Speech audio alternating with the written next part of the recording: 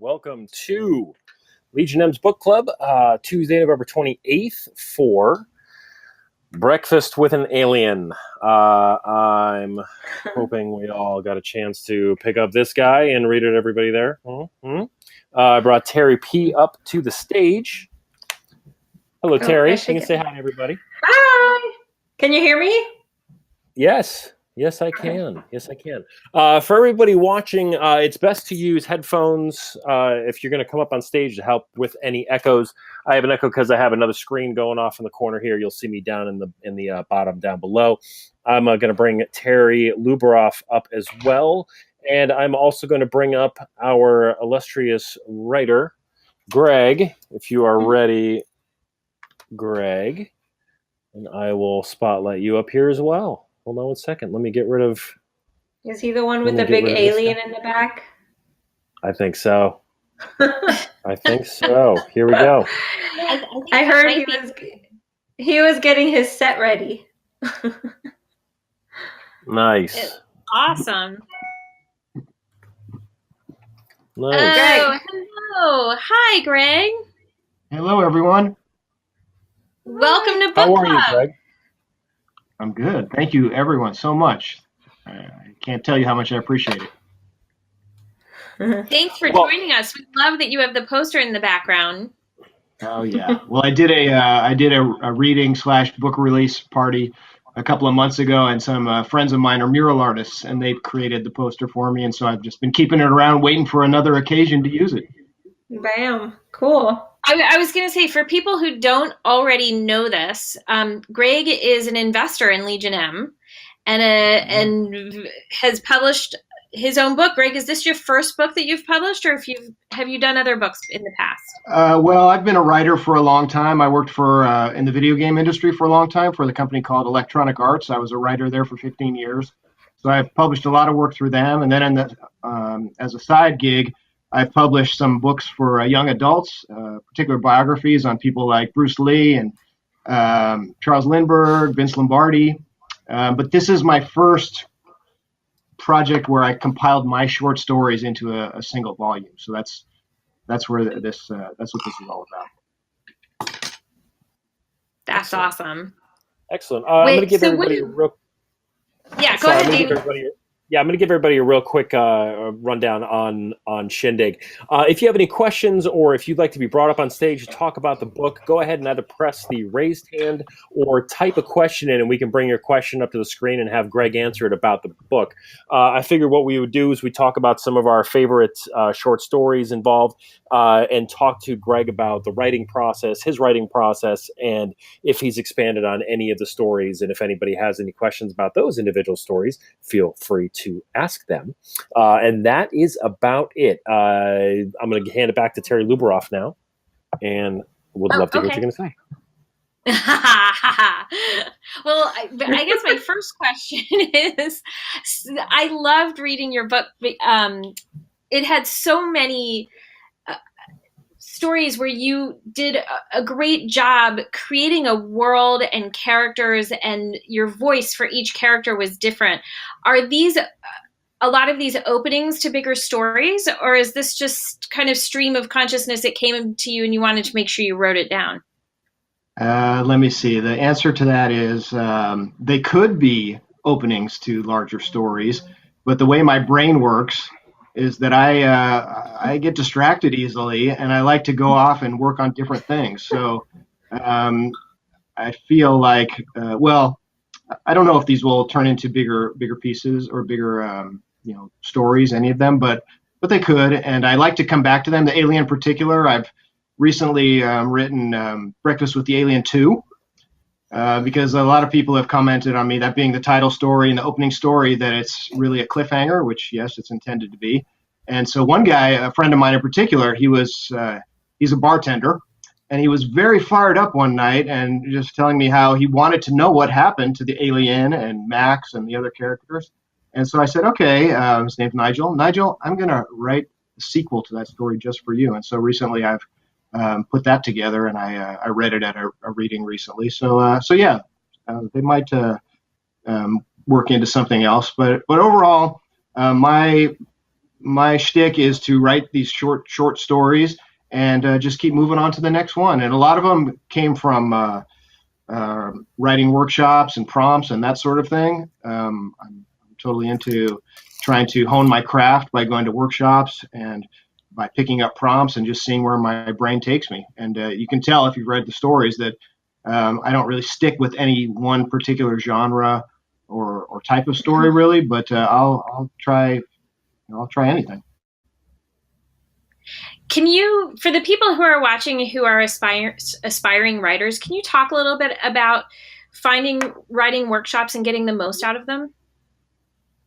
Wow, that's a good question. I think, well, like many things, start online and search for workshops in your area if there are any.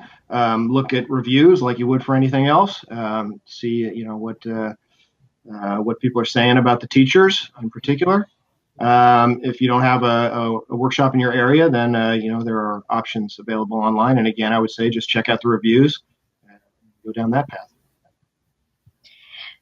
And so when you're doing a writing workshop, are you usually workshopping an actual story that you're working on that's due for either your work or your YA writing, or is this something that you're doing just to hone your skill and your craft?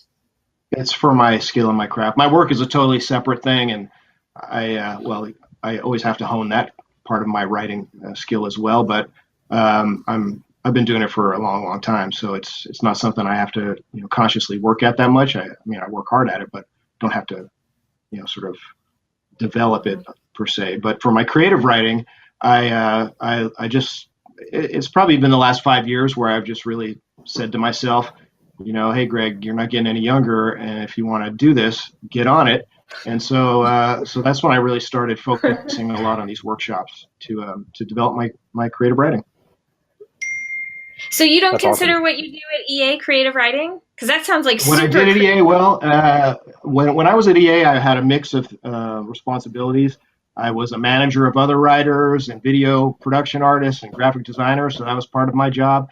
Another part was writing, so I've worked on every game that EA's ever made. Well, I did until I left there 5 years ago. And so I worked on the marketing copy. I worked on a lot of business communications, and at times I worked on the games themselves. So I'd work on dialogue for games. Nice. Not sure if that answers your question, but that's kind of Yeah, no, that's amazing. Thank you. Sorry, Damien, I totally cut you off. Go ahead. No, it's totally okay. I was going to say we actually have a first question from Adam in down below, and I thought I'd bring it up here. He wants to know. Hold on, hit the wrong button there. We're gonna publish that. He wants to know, what challenges did you encounter when you were developing your characters? Hi, Adam. First of all, I would say. For me, I think for character development, well, these stories are so short that the challenge for they're me, so short. yes, they're so short that I want to try to develop or sort of encapsulate what the character, as well as what the setting is, what the characters are and the setting is, in that short amount of space. So I think sometimes you could probably say I hit the mark, and maybe sometimes I don't. But it's my goal to keep these stories as short as possible. But still have some kind of character development. So a lot of it is through the dialogue. I think that's probably, if I had to say I had a strength or one of my strengths is probably dialogue. That's something I like to use for character development. But overall, these stories, I would say most of them were written in an exercise called the 12-minute write, to where you get a prompt and then you just write wherever your brain takes you. You write as much as you can for 12 minutes, but don't think that's it, because from that point, I could take hours, days, weeks to refine that story. So during that time, that's where I'm working on the characters and the plot and everything else that goes into the story. Nice, like that.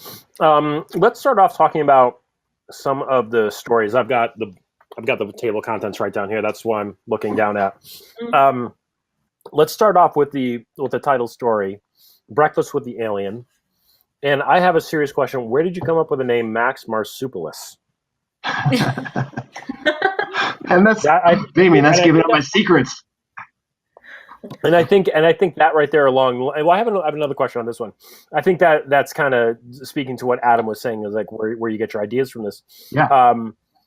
Where do you see this story progressing to, or do you like to let the reader really take it and run with their imagination? I'm curious what your thought process is on that. Well, first, to get back to Max Marsupilus, I'll tell you that the first name Max, a really good friend of mine, an old friend of mine, had a son who he named Max. So I thought, okay, I like that name, Max.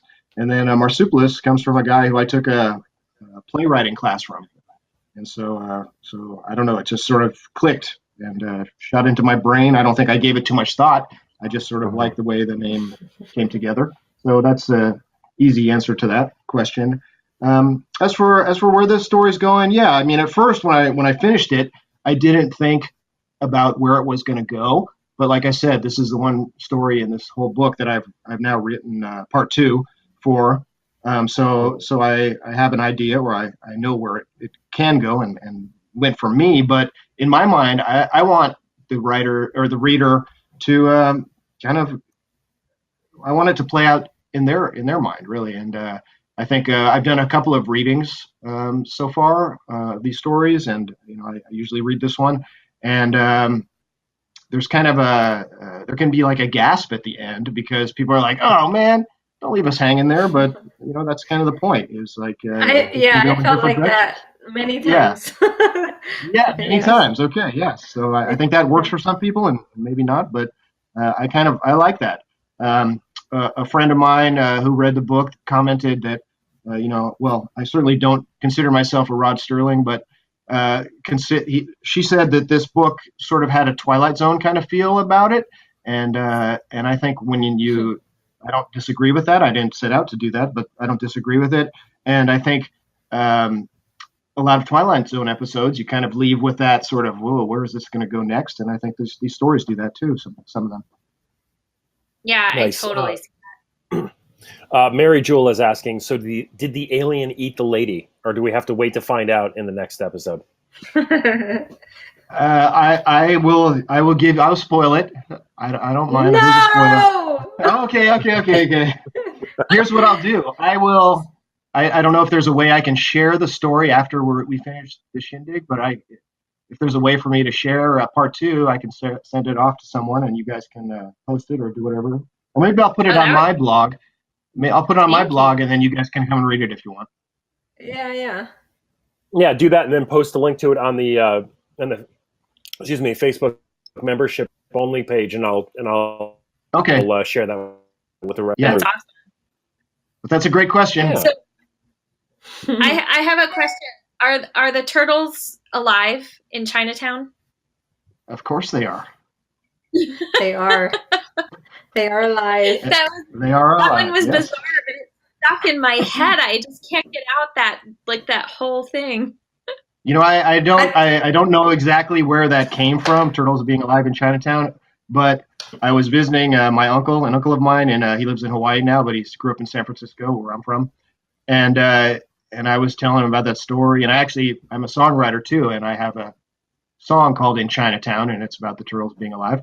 Anyway, I was talking to my uncle, and he said, "Oh, you know what? I have this picture of from the '70s when I was in Chinatown." And he went to show it to me, and it's of a guy working at a storefront in Chinatown, and he's holding up a live turtle. So at some point, I must have come across that, and it's stuck in my brain. Turtle soup? That's cool. Oh, poor turtles.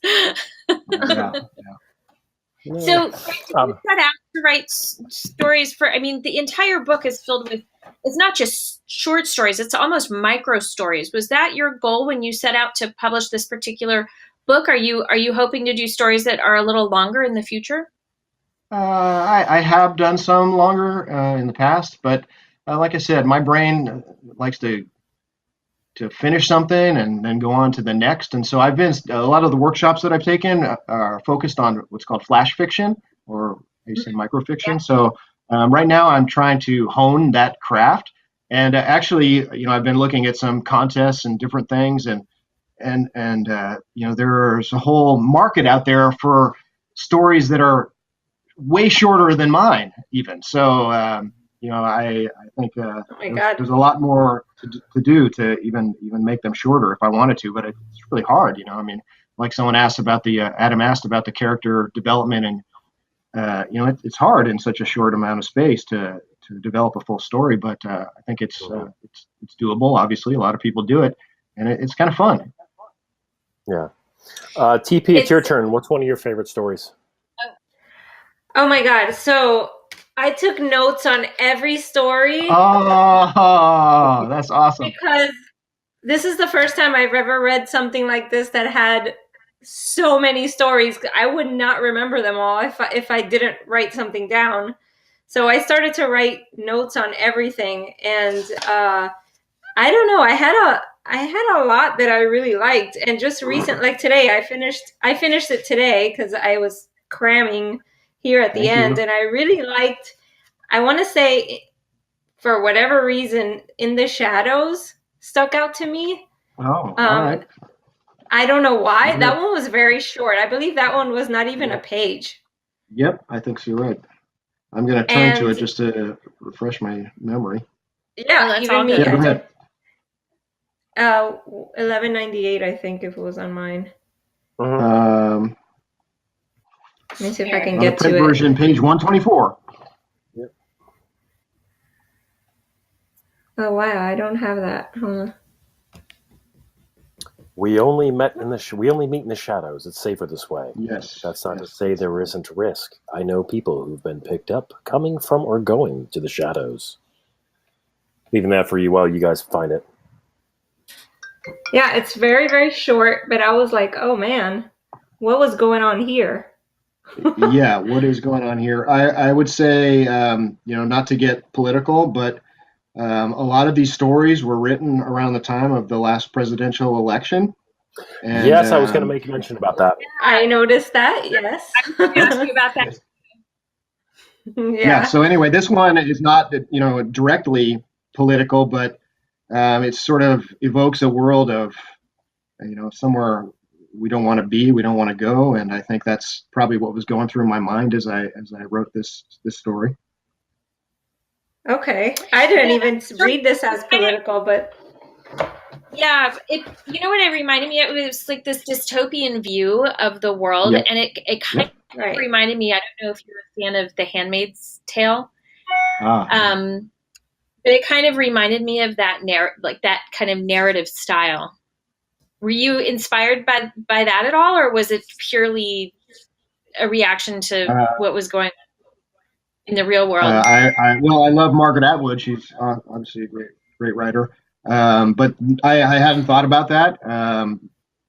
So it didn't go through my mind. No, this was really just something that, like I said, came to me during the time of the election. And like I said, it's not specifically a political story, but it could be, a dystopian world that comes out of a political situation. I liked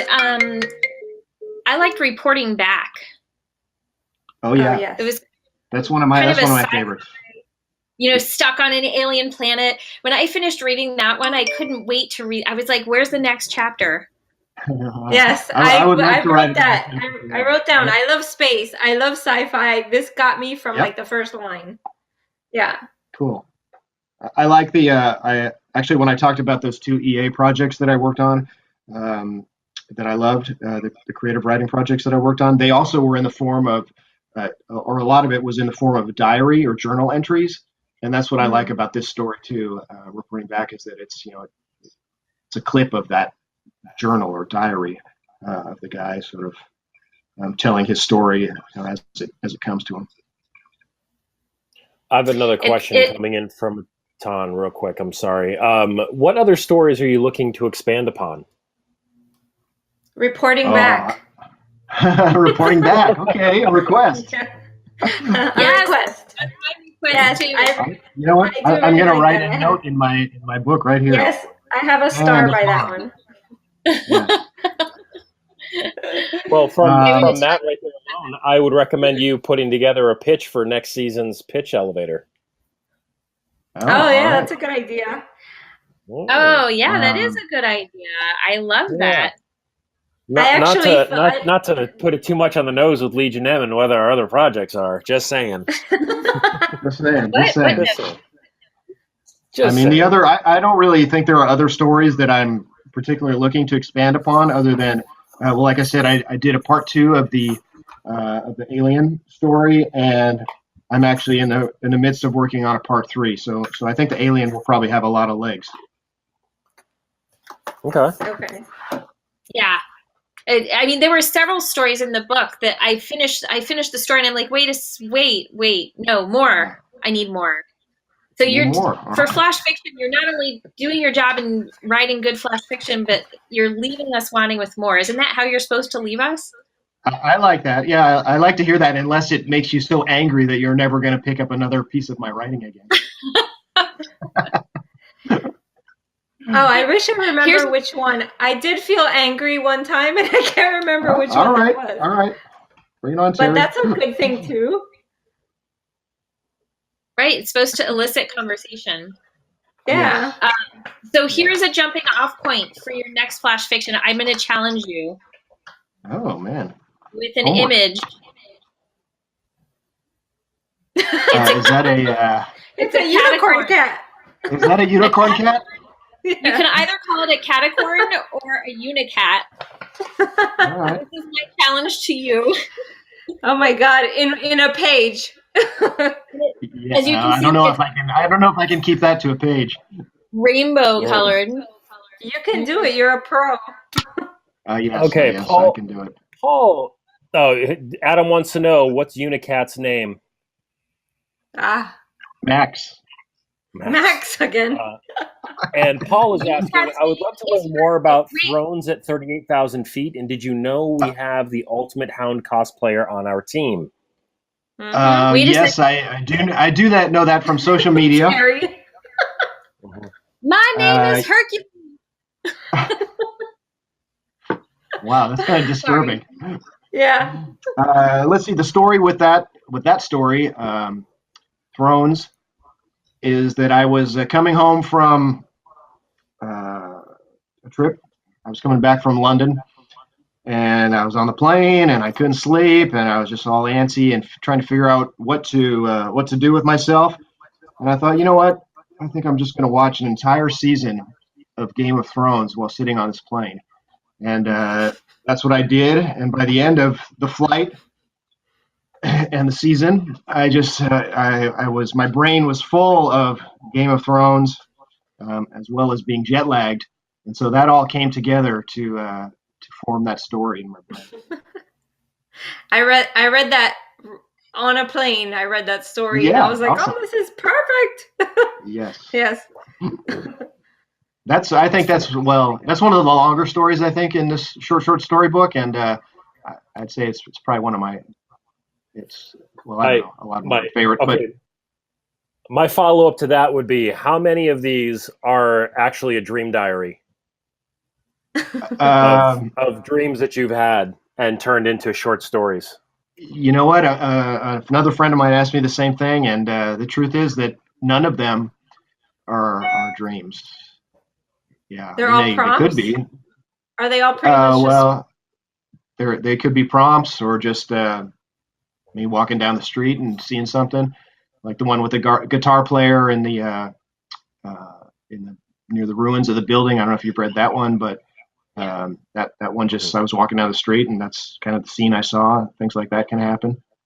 I read them all. Do you have a Mary character? Jewel?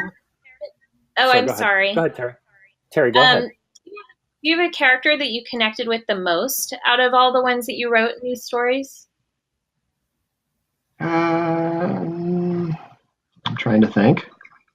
Not one that comes to mind so much. Nope. Adam says, as long as none of them were conjured up when running into a pole. I really like the Red Rum character, the guy at the grocery store. Yes. Oh yes, One Bagger too. I like that one. Yeah, That was really awesome. So Yeah. I I'm like, curious. oh yeah, go ahead. Oh, I was just going to say, I was curious to know what everybody else, who had favorite characters in what stories. What were you going to say, Greg? I was just going to say I like sort of taking characters like that, like the Danny from The Shining, or Eros, the mythological god of love, and sort of putting them in scenes that maybe you wouldn't normally think of them in that kind of setting. I think it's a fun challenge for me. I like doing that kind of stuff. Remind me, Eros was at a bus stop, right? And ran out of Yes, arrows. right. Yes, and Yes. fell from the Had a sky just broken wing. out of the blue and lost And his arrows. he ran out of arrows. Yeah, that's right. He bruised his butt and lost his arrows. Nice. That's Mary Jewel has a question here for you, Greg. Greg, I've dreamed of being a writer, but always felt like I don't have enough time to fully develop anything. You helped me realize that I can put all my ideas together in short form. And she says, thank you. Oh, no, thank you, Mary Jewel. That's a great comment. And I feel the same way. I mean, hey, we all lead busy lives, and we have work and family and Legion M and everything else going on in our lives. And so for me, it's a way to sort of feel a sense of accomplishment and create something. And I think for me, that's important. Do you carry around like a, go ahead, Terry. No, go ahead. I was saying, do you carry around like a pocket? Yeah, we are. Do you carry around a pocket notebook where you jot down ideas? Or is that what you're going to say? No. I don't. I use I just use my iPhone. If something strikes me, I'll just whip out my iPhone and enter in some words to keep it fresh. Do you set aside time to write? Like, do you say from 6 a.m. every morning to 9 a.m. every morning, I'm going to write? No, I'm not. I probably should do something like that. I pretty much just find the time when I can. And one of the reasons I like to do the workshops, which is similar to a lot of people, I'm sure, is that it gives you that extra motivation, that push. And a couple of the workshops that I did were the kind of thing where you had to write every day.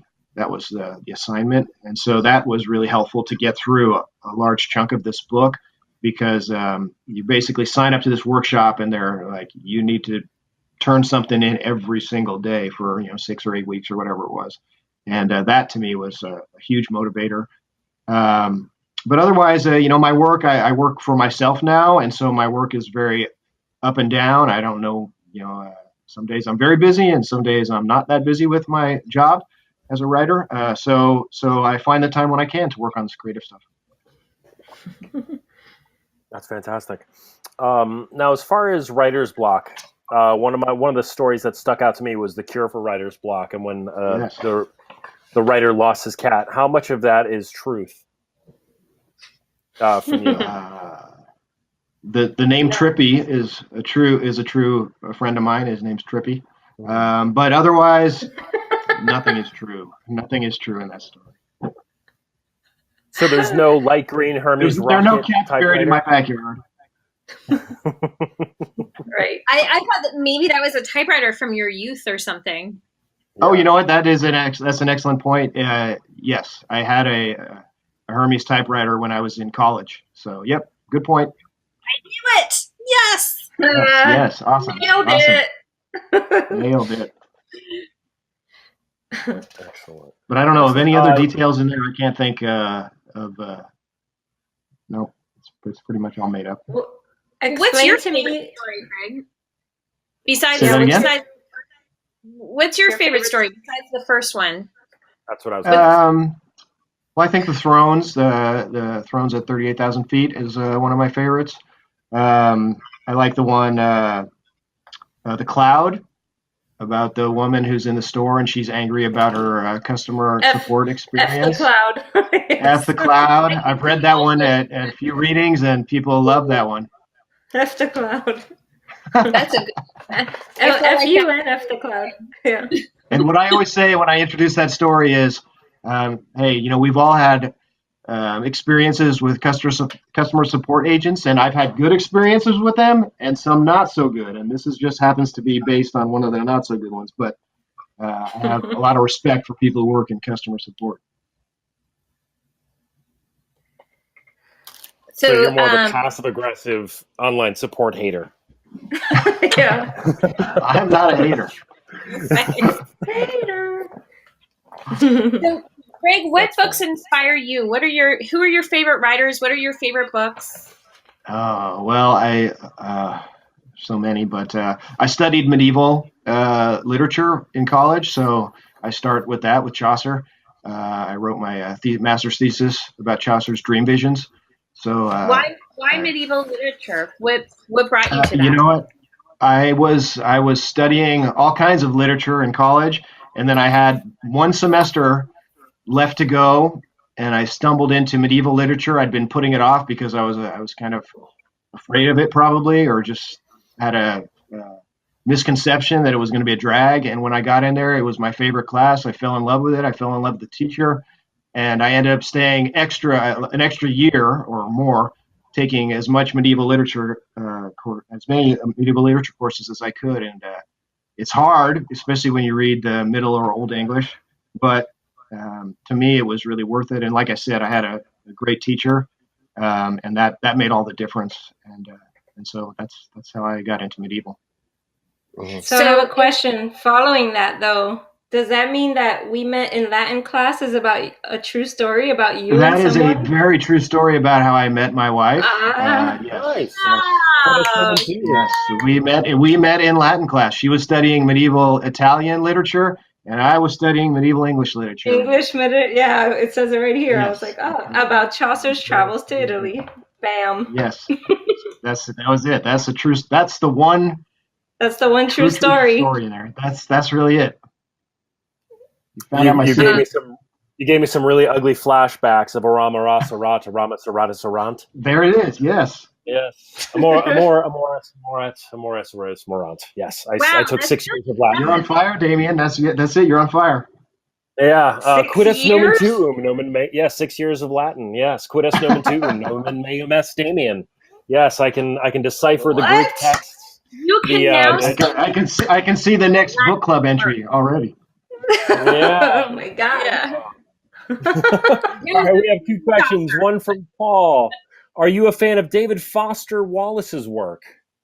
I have to admit that I have not read David Foster Wallace yet, but I've got the book, Infinite Jest, and I'm going to get to it someday.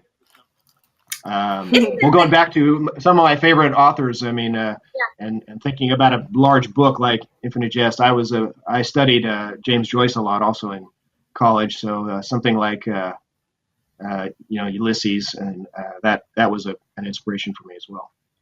I will like it. Okay, I'm going to check it out. Yeah, I'm personally shocked that Paul can read to begin with, but oh, love you, Paul.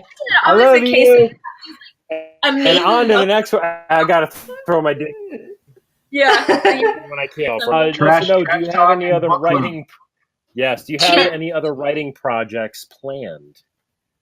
Yes, I'm working on another. I'm always working on new stories. So at some point, I'm going to get enough words together, and I'll make another book. I'm a songwriter. So this was a big year for me in that I created this book. I also made an album, a CD, called the Spiral Notebook Project. You guys can check that out online. But it was kind of these two passions came together, and like I said earlier, it's like I just was going through this period of not getting my creative stuff done. So this year I said, I'm going to do it. I'm going to make this book. I'm going to make this record.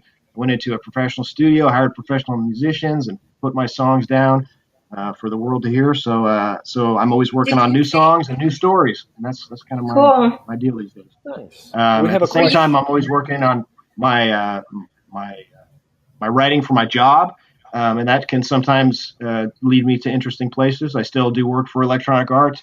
I'm working now sometimes for a company called The Void, which is a virtual reality kind of organization, and I work for some other gaming companies as well as non-gaming companies. So yeah, I'm always working on new stuff.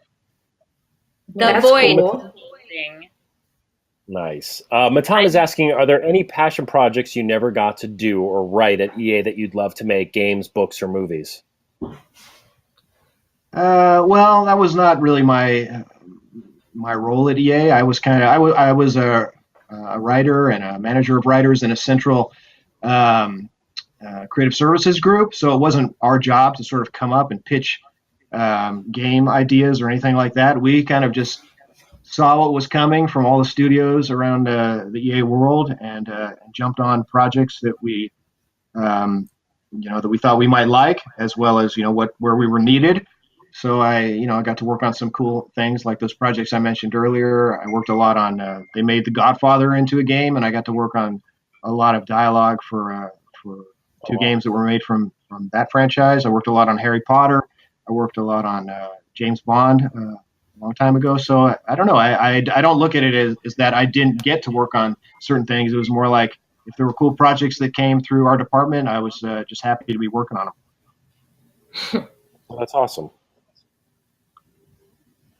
That is very awesome. We have one more question here from Mary Jewel asking, how often do you do your readings in San Francisco? I don't think there's a regular cadence to it, but I've since I released this book earlier this year, I've done four readings, and they're the kinds of things where I have to spend a lot of time sort of organizing it and finding the venue and all of that. So I don't know. I can't really say if they're kind of rare, I think, and they're probably not gonna do too many more. I mean, I will probably look for organized readings where I can just sort of do my part and then have other people read as well, as opposed to the readings that I've done this year have been I've called them songs and stories, because I've been singing songs from my album as well as reading stories, kind of back and forth, and so that's sort of been a whole performance. And I'm not sure if I'm going to be doing that many more of those, but I don't know. I always post my my readings and other performances online. So I think Mary Jewel and I might be friends on Facebook, so she can keep tabs there. That's awesome. That is awesome. We have one more question here that just popped up from Mr. Jeff Annison saying, what do you do for the Void? I've heard great things about it.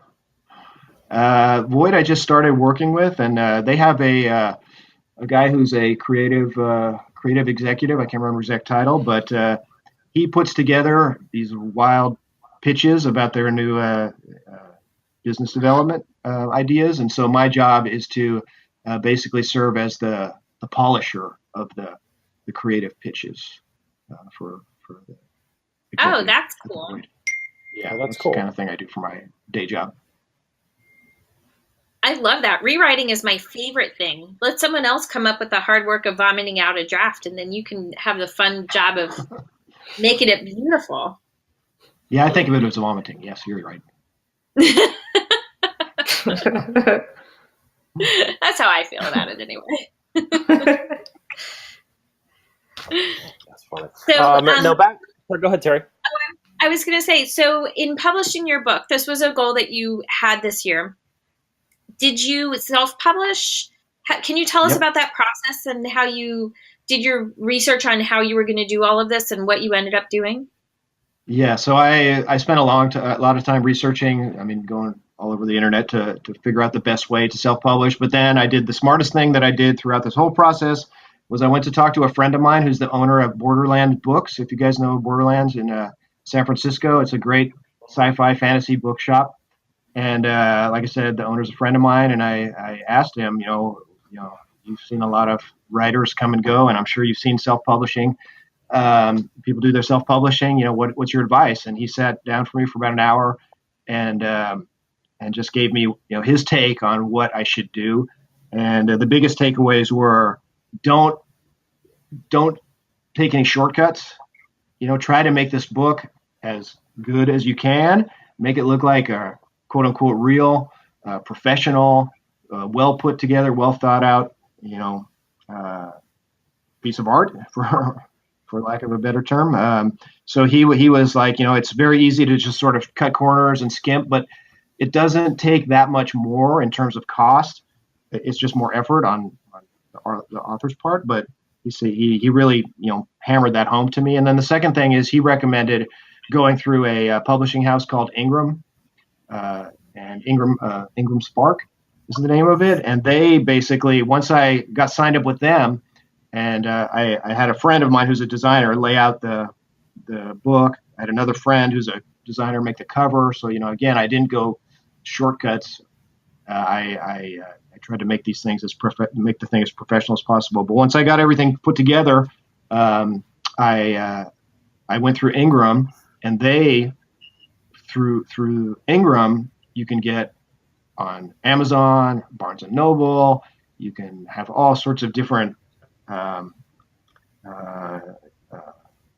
You can make your book as big or as hardcover or softcover or whatever. You can have so many choices. So to me, that was a great tip from my friend, the bookseller. And so that's kind of the basics of self-publishing from my perspective. I think the downside to Ingram is that, yes, they do a great job of getting it out there so that I don't have to deal with the commerce aspect of it, but they do take a sizable portion of the sales, and that's just something that I'm okay with, because I didn't mean for this to be something I'm going to retire off of, although I'm very happy for people to buy it, and it's awesome. But I for a while I was thinking, I'm just going to build a website and sell it myself. But the more I thought about that, I just felt like I was going to go down some really potential rabbit holes that were going to that could possibly trip me up and just take a lot of my time and effort, and just so I stopped myself and just said, you know what, I'm going to let someone else deal with that, and I'm going to pay for it. So that's kind of how I did it. Would you do it again in the same way? I think I will. Like I said, I'm working on another one, and I don't see any reason not to.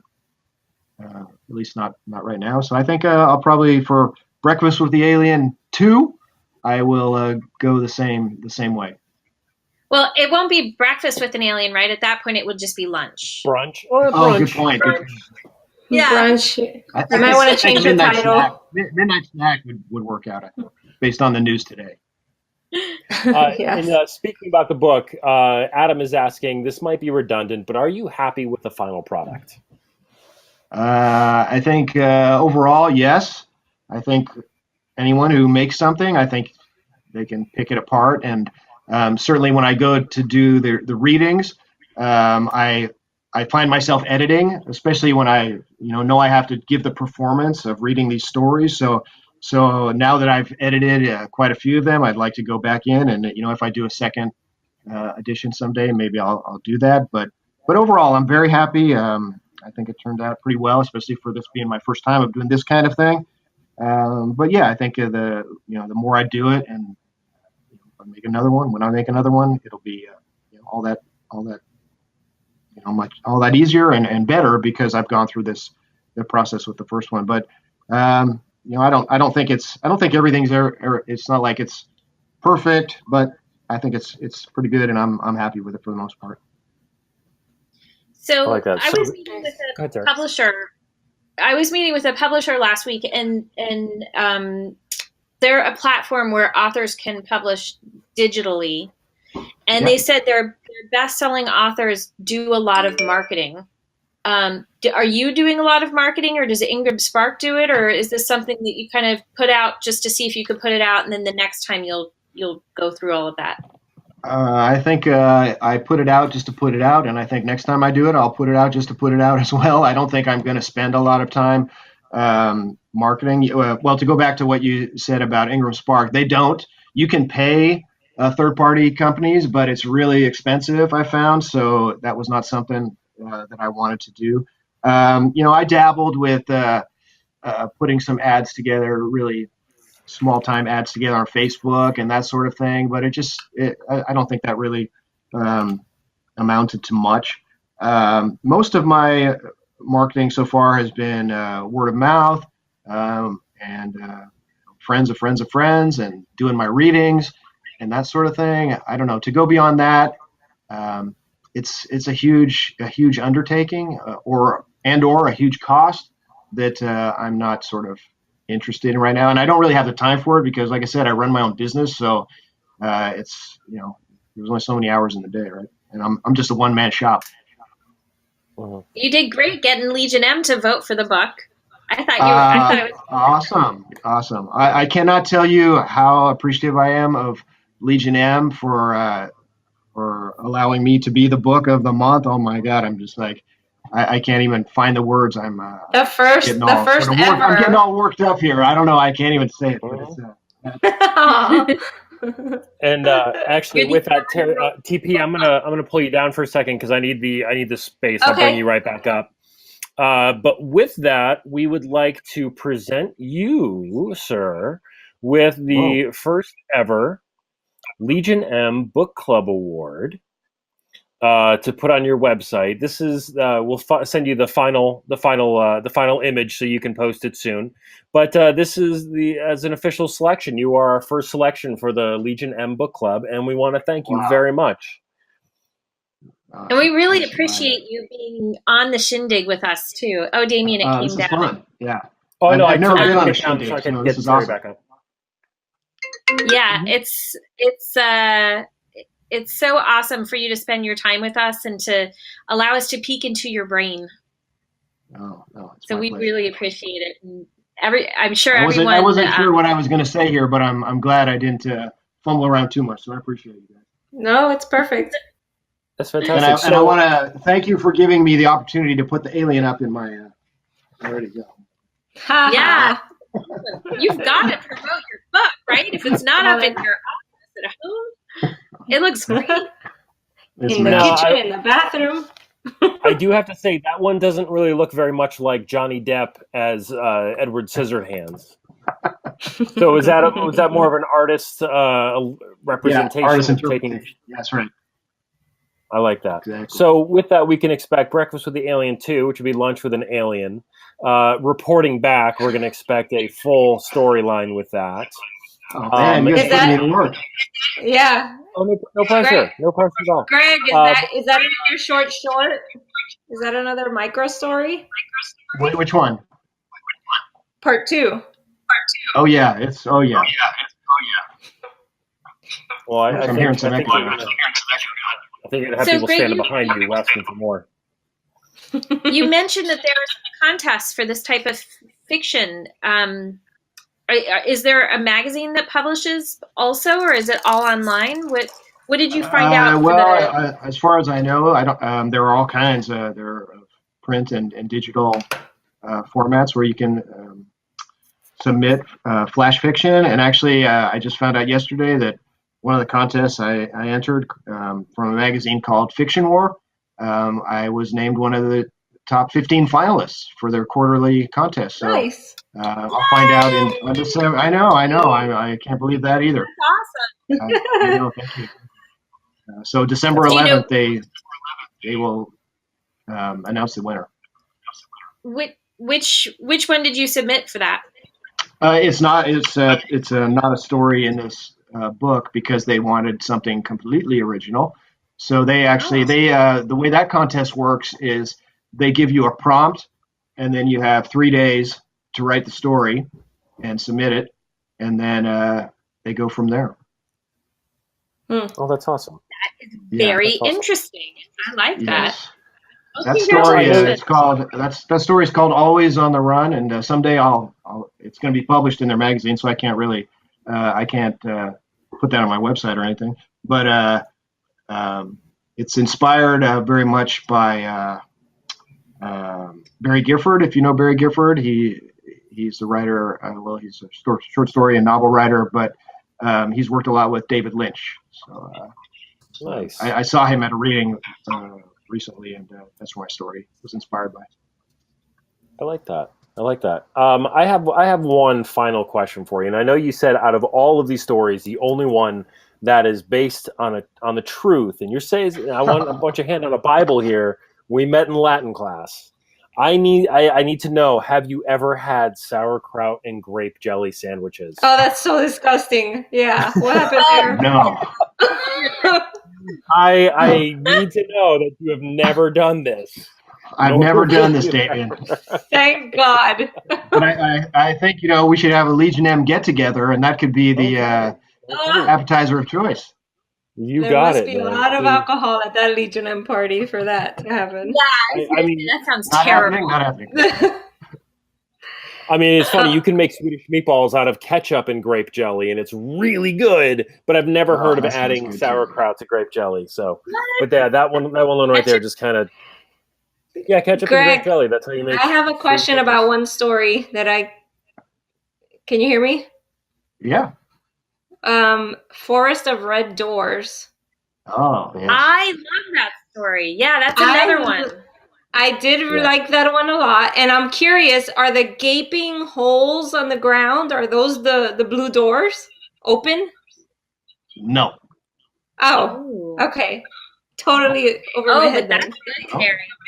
I But thought I don't read know. into that. I hadn't thought of that. I don't know. At least that's not what I thought of them as.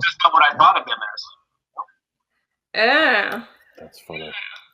What I would That's say cool. about that story is that that story, when I was talking earlier about a lot of these stories coming to my mind during the presidential election, the red and the blue door story is one of those. Oh, I didn't even think about that.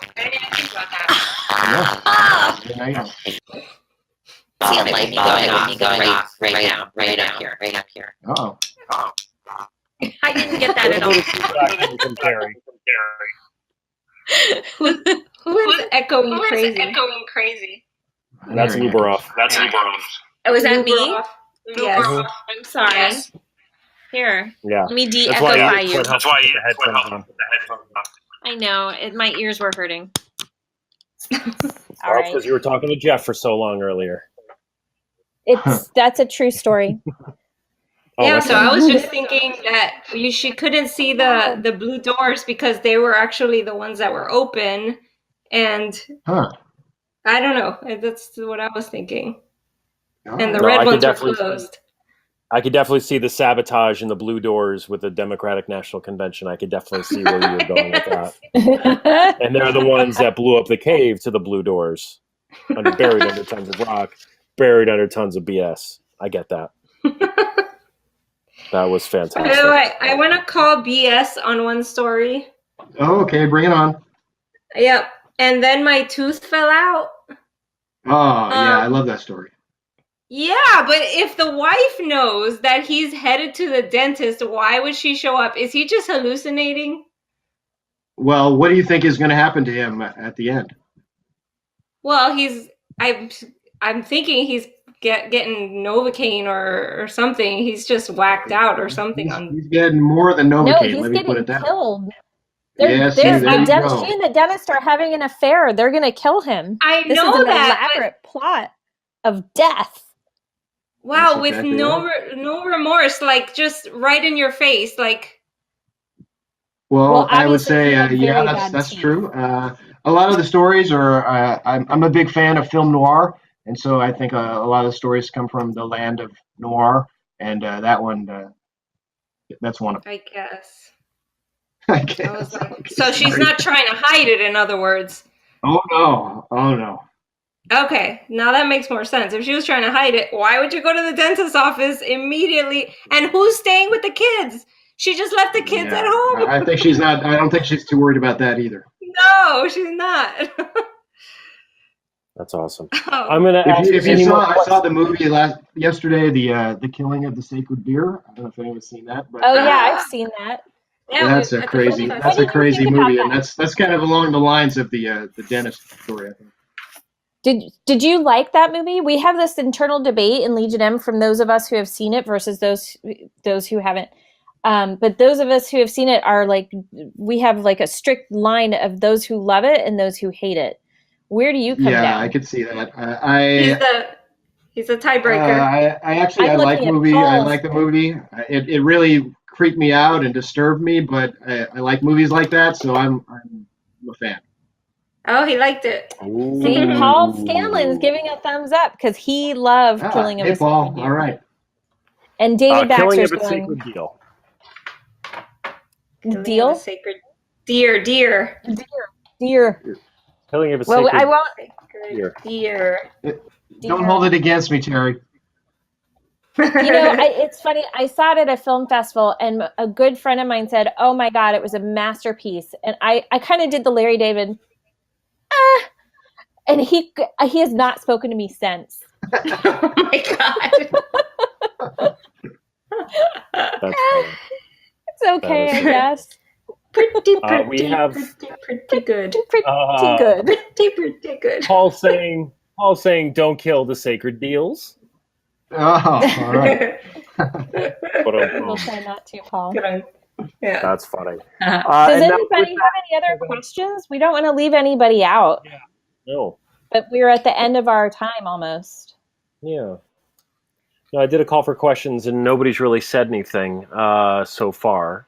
But with that, I would love to thank our guest and author, Greg, for Breakfast with Aliens and other short stories. We look forward to the follow-up to Lunch with the Alien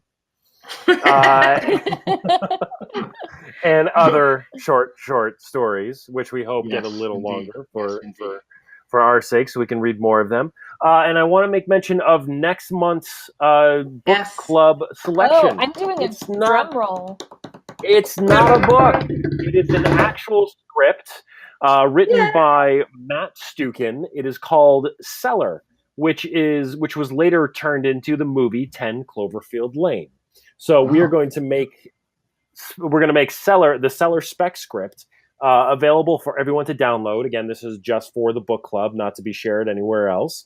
But I'll have that post placed tomorrow morning with a link to get that. It's a free download, and we're going to actually have the writer Matt Stukin with us next month as well to talk about the script and how it was turned into a movie, and also was Paul's college roommate. Oh. So Paul is going to jump on, and he's going to tell us some gnarly stories about Matt himself, and we're going to have a good time with that. So with that, thank you again very How much, often Greg. do you get to read a script as part of book club, especially one that was bought and redeveloped and produced? That's going to be awesome. I'm stoked. Sounds great. Looking forward I to think it. Awesome. 10 Cloverfield Lane, right? 10 Cloverfield Yes, it was Lane. made into 10 Cloverfield Lane. Yeah. So you can actually read the script and then watch 10 Cloverfield Lane if you are an Amazon Prime member right now. It's free to watch on Amazon Prime, which I think pretty much everybody and their mother or has access to a Prime account. And if not, we That's will another have movie a I link like. to the movie as well. Yeah. I like that movie. Yeah. Greg, Awesome, thank guys. you Well, if there so are no more much for questions, I joining wanna us say thank you tonight. so much. This has been amazing, and we Yeah. so No, thank you. appreciate that you shared your book with us, and that Legion M got a chance to be exposed to your work, and we can't wait to see the next chapter of your development as a writer, as a creative writer. Ooh. Yeah, for sure. Thank you so much. gonna be And a I lot love of Legion fun. M. I love what you guys are doing. So thank you. Keep it going. Onward and upward. And Take start care, your guys. pitch now for season 2 of Pitch Elevator. Yeah, for real. No pressure. No pressure. Awesome, guys. Thank you so much. All right, All right. bye, Onward and guys. upward, everyone. Bye, Greg. Bye-bye. Thank you. Bye. Thanks.